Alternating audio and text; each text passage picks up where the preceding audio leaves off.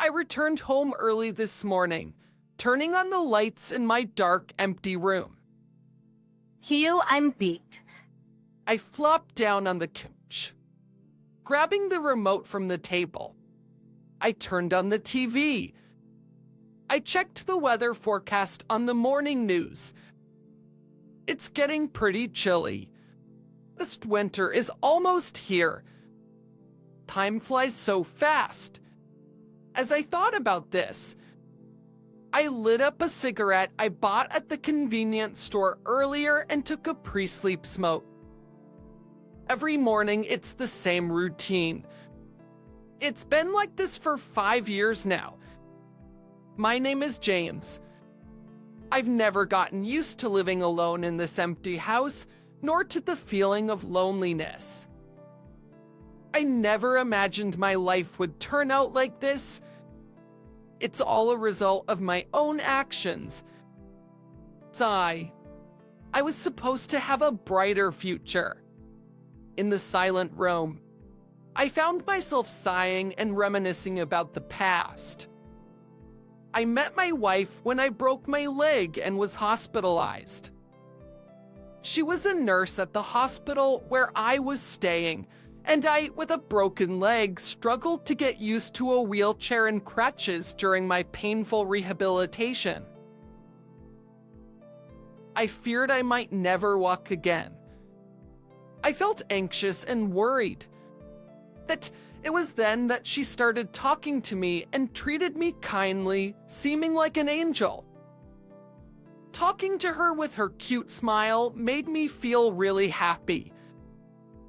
Hey, after I get discharged, would you like to go out for dinner with me?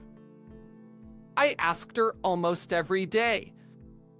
She turned me down many times, but finally she gave in and handed me a note with her contact information. Yes, finally. I've got a date. The night before our first date, I was so excited that I had trouble falling asleep. On our first date, I was completely captivated by her. I'd only ever seen her in scrubs before, but she wore a white floral dress and stylish accessories. After asking her out to eat several times, I confessed my feelings and asked her to be my girlfriend. I was over the moon when she said yes. Eventually, as our relationship progressed, we started considering marriage. You know, I'd like you to meet my parents soon, she said, her face turning red. I want to introduce you to my parents, too. Let's plan to visit each other's parents next weekend. Okay. Thank you. A few days later, while I was at work, she called me. Hello. What's up? I have something to tell you. Hey, I'm at work. What's going on? Sorry, but I just couldn't wait to tell you. She sounded really happy. What is it? Today, while I was at work, I felt nauseous and my stomach and back hurt. So I was allowed to leave work early and went to the obstetrician. And lo and behold, I have a baby. Really? I shouted out loud in surprise. I left work early that day, bought her favorite cakes, and as soon as I got home, I hugged her tightly. She had a smile filled with joy. She was 3 months pregnant. Vikshmo and Crier, a thousand couples, are so lucky to be blessed with a baby so soon. I said, Indeed. When we told our parents about our shotgun wedding, I was afraid they'd oppose it, but both families were actually thrilled. So we got married, and my wife safely delivered a healthy baby girl. I felt truly happy from the bottom of my heart looking at our adorable child. After spending a month staying at her parents' home, my wife returned home with our daughter. She was busy with the unfamiliar tasks of childcare every day. Taking care of a newborn was harder than expected, especially with the baby's night crying, which really wore my wife out. The baby cried every few hours, leaving no time for sleep. Options. I wanted to help my exhausted wife, but my job in sales meant I couldn't avoid working late and socializing. Our company's performance was declining, and we in the sales department were desperate to bring in business. The CEO began to say in the morning meeting every day that the business was struggling, our quotas were increasing, and the employees' anxiety was growing. I just had a child.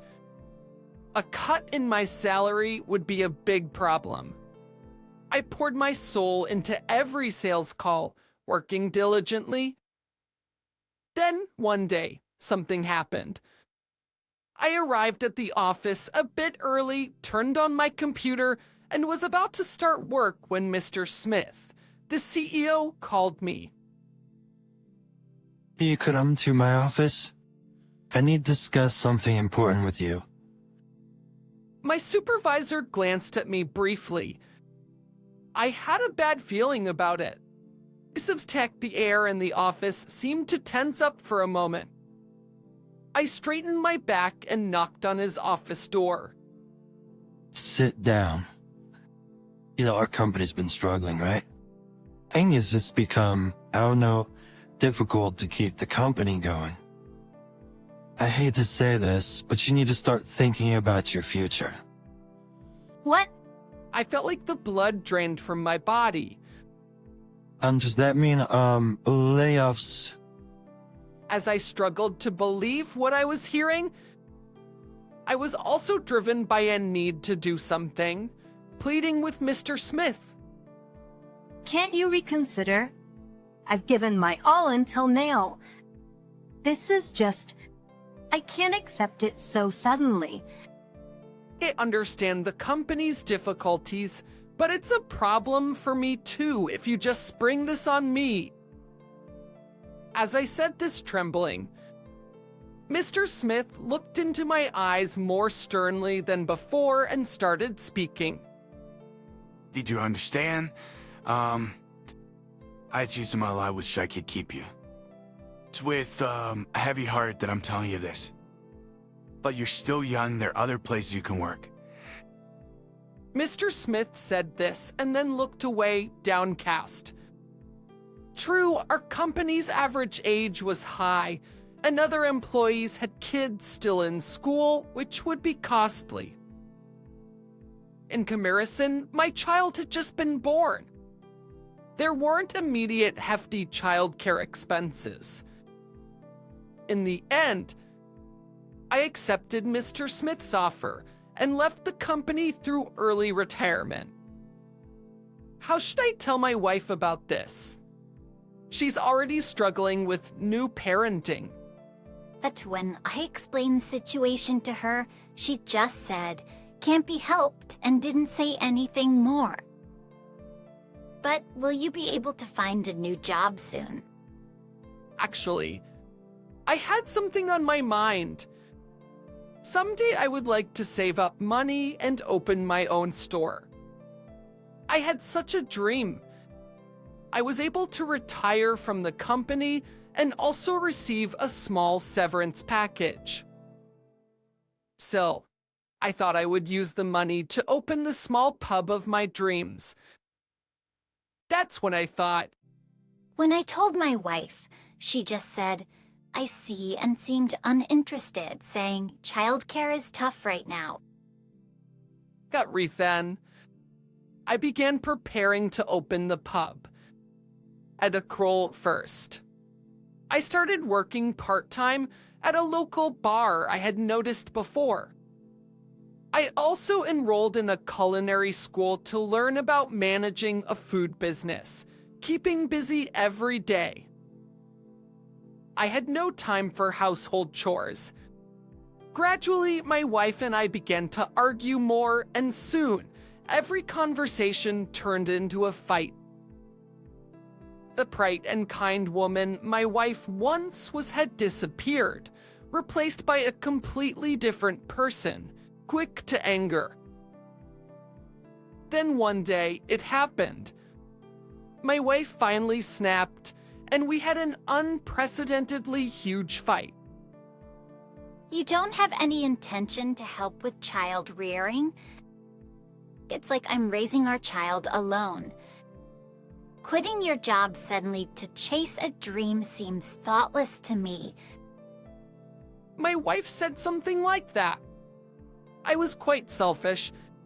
My wife was an excellent nurse and would have advanced her career if we hadn't had our child.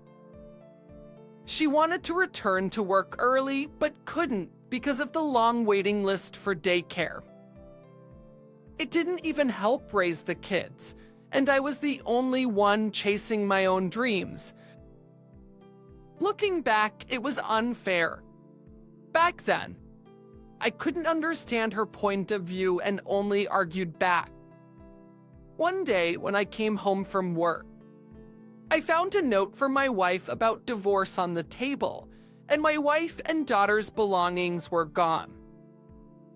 It was only then that I realized how selfish I had been. Holding the note, I cried in the now empty room where my wife and daughter used to be. But it was too late for regrets.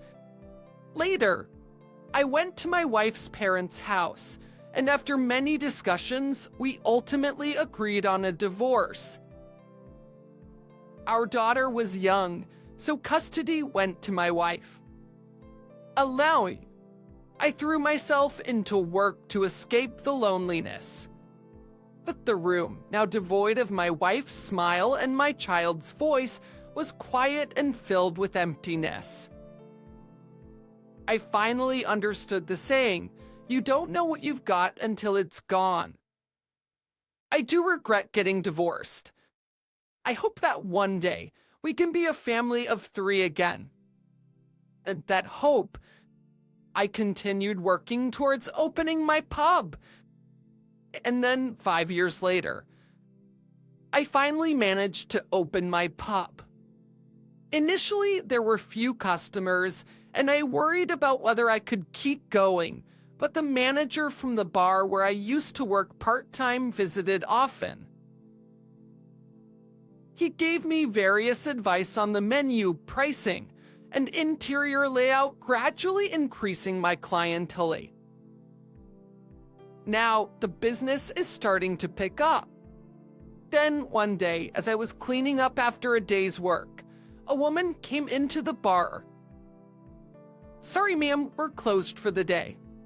As I said this and went out to the hall, I was shocked to see the woman standing there. It was my ex-wife visiting the pub for the first time. "Sorry for dropping by so suddenly." "No, it's okay. Have a seat." I only saw her once every 3 months for a visit with our daughter, and we hadn't met recently because our daughter wasn't feeling well. Judging by my ex-wife's pale face, I could tell something was wrong. As I wondered, her phone rang. She then said, "Sorry, I have to go, but I'll come back another day," and ran out of the pub. What? What happened? Worried? I called her, but she didn't respond. And a few days later, my ex-wife came to the bar again. I was concerned and immediately asked her what happened. What was wrong the other day? I tried to contact you, but couldn't get through. I was worried. After a long silence, she finally spoke, and it was hit with shocking news. The truth is, our daughter is hospitalized at a nearby hospital. What? What happened? Our daughter, she has a kidney problem. When I came here last time, her condition suddenly worsened. She needs a transplant, but we can't help her. Our daughter has a kidney problem. When I came here last time, her condition suddenly worsened. She needs a transplant, but we can't find a donor. I failed the medical tests, so I can't donate to her, and I just don't know what to do anymore. My ex-wife was sobbing, her shoulders shaking. Apparently, my daughter's illness had progressed without many symptoms showing, and she was lonely and struggling with the unfamiliar hospital environment. My ex-wife asked me to come and cheer her up. The next day, I closed the pub and headed to the hospital where my daughter was staying. When I opened the door to the hospital room, there she was, my daughter asleep. She looked a bit thinner, holding my daughter's hand. I shared with my ex-wife what I had been thinking about since yesterday. Use my kidney. Why? I haven't done anything fatherly for our daughter. Just regret so far. I've been away, but I care about her as much as you do. It's a strange way to show it, but if I can be of help, I want to save her. I conveyed all my feelings to her. After a silence, she spoke with tears in her eyes. I had no right to take her away from you. I was selfish back then, and I've always wanted to apologize. I'm truly, truly sorry. She apologized. No, the selfish one was me. I'm sorry. Then we both reflected on our selfishness. Afterwards, I went through the tests immediately, and it was confirmed that there was no problem with me undergoing the surgery. The kidney transplant was a success. The recovery went well, and I was able to leave the hospital earlier than expected.